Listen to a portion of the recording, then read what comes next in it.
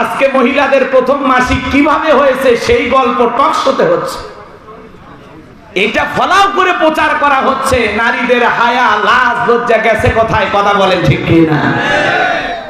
আহারে সমাজটা যাচ্ছে কোথায়? আজকে নারীদের শরম কমছে না বাড়ছে?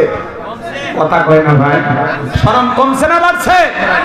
আজকে মাসিক নিয়ে টক শোতে আলাপ আলোচনা হচ্ছে যে প্রথম মাসিকের অনুভূতিটা কি।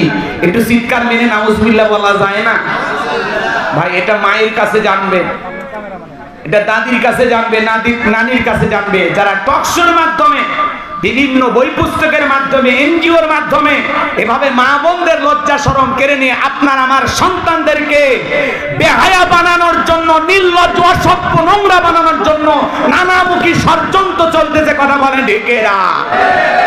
এদেশের যুবক যুবতী এক জায়গায় বৈশা মাসিকের গল্প করবে, বন্ধু গল্প করবে বান্ধবীর সাথে। কথা কয় না কেন? মাসিক নিয়ে আলোচনা হচ্ছে, সেখানে পুরুষেরা অংশগ্রহণ করেছে। আসলে বলেন তো, পুরুষ ওই জায়গায়, পুরুষেরও মনে মাঝে মাঝে এখন হয় না কি কম? আজকে সমাজ গেছে কোন দিকে? এগুলো চলতেছে বাজান গো আমার। আল্লাহ যেন এই জাতির মানুষকে হেদায়েত দান করেন। একটু জোরে বলেন আমিন। ওরা পোশাকের স্বাধীনতার নামে আন্দোলন করলো, দাদি নানির মতো ব্লাউজ ছাড়া শাড়ি পরতে চাই। আমার ভাইরা, দাদি নানি ব্লাউজ ছাড়া শাড়ি পরে পুরো দেহটা কি কায়দায় ঢেকেছিল দেখার কোনো উপায় নাই। আর ওই বোনেরা ব্লাউজ ছাড়া শাড়ি পরে পিঠটা এমন কাজা ফাঁকা রাখছে, মনে হয় আর্জেন্টিনা ব্রাজিলের ফুটবল ম্যাচ হবে। কথা বলে ঠিক কিনা? এই জন্য মা বোন থেকে পর্দায় রাখার দায়িত্ব আপনার আমার আছে না নাই? জোরে বলেন আছে না নাই? পর্দা করা নফল না ফরজ? অকরনা ফি বুয়ুতিকুন্না ওয়ালা তাবাররাজনা তাবাররুজাল জাহিলিয়াতিল উলা। নারীরা তোমরা ঘরের ভিতর অবস্থান করো, খবরদার জাহিলিয়াতের যুগের মেয়েদের মতো নোংরা অশ্লীল পোশাক পরে নিজেকে প্রদর্শন করো না। কথা বলে ঠিক কিনা? আজকে নারীরা দেখাইতে পাইলেই খুশি, এরকম আছে না নাই? কিন্তু মনে রাখবেন, কোন সম্ভ্রান্ত ভদ্র ফ্যামিলির মেয়ে বোরকা ছাড়া বাহিরে যেতে পারে না। কথা বলেন ঠিক কিনা? এই জন্য যে মহিলা ঢিলা ঢালা বোরকা পরে, হাত মোজা পা মোজা পইরা রাস্তাতে হেঁটে যায়, মনের অজান্তে শ্রদ্ধা সম্মানে মাথাটা নত হয়ে আসে। কথা বলেন ঠিক কিনা? পর্দা হলো প্রত্যেকটা নারীর অহংকার। হিজাব, পর্দা নারীকে সিকিউরিটি দেবে, নিরাপত্তা দেবে। পর্দাশীল নারীর উপরে আল্লাহর রহমত নাজিল হবে।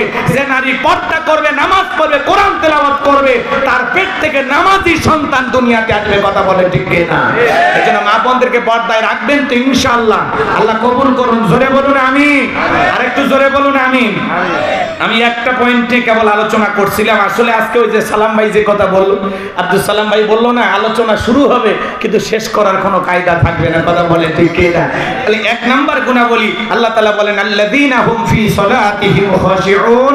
অবশ্যই এদিকে খেয়াল করেন, এক নাম্বার গুণাবলী যারা নিজেদের সালাত বিনয়ের সহিত, নম্রতার সহিত আল্লাহর ভয় নিয়ে আদায় করে।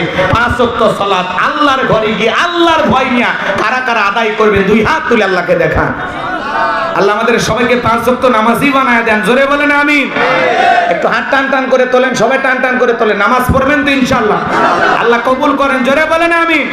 হাত নামান ভাইরা আমার, আমরা নামাজ পড়তে চাই। আপনাদের পাশে মসজিদ, মসজিদটা শুধু সুন্দর বানাইলে হবে না, এই জায়গায় যারা সালাত আদায় করবে তাদের অন্তর সুন্দর হওয়ার দরকার আছে না নাই? জোরে বলেন দরকার আছে না নাই? দ্বীনের জন্য, ইসলামের জন্য আমরা জীবনটাও দিতে রাজি আছি তো ইনশাআল্লাহ? রাজি আছি তো ইনশাআল্লাহ? আজকে নানামুখী ষড়যন্ত্র চলতেছে, এই ষড়যন্ত্রের দাঁত ভাঙা জবাব দেওয়ার জন্য মুসলমানকে তৈরি থাকা লাগবে। আমার ভাইয়েরা, আজকে ইসলাম নিয়ে নানামুখী ষড়যন্ত্র চলতেছে। ইসলামকে বিদায় করে দেওয়ার জন্য পশ্চিমা নাস্তিক বেঈমানরা উঠে পড়ে লেগেছে। এই জন্য ইসলামকে রক্ষা করার জন্য, দ্বীনকে প্রতিষ্ঠিত করার জন্য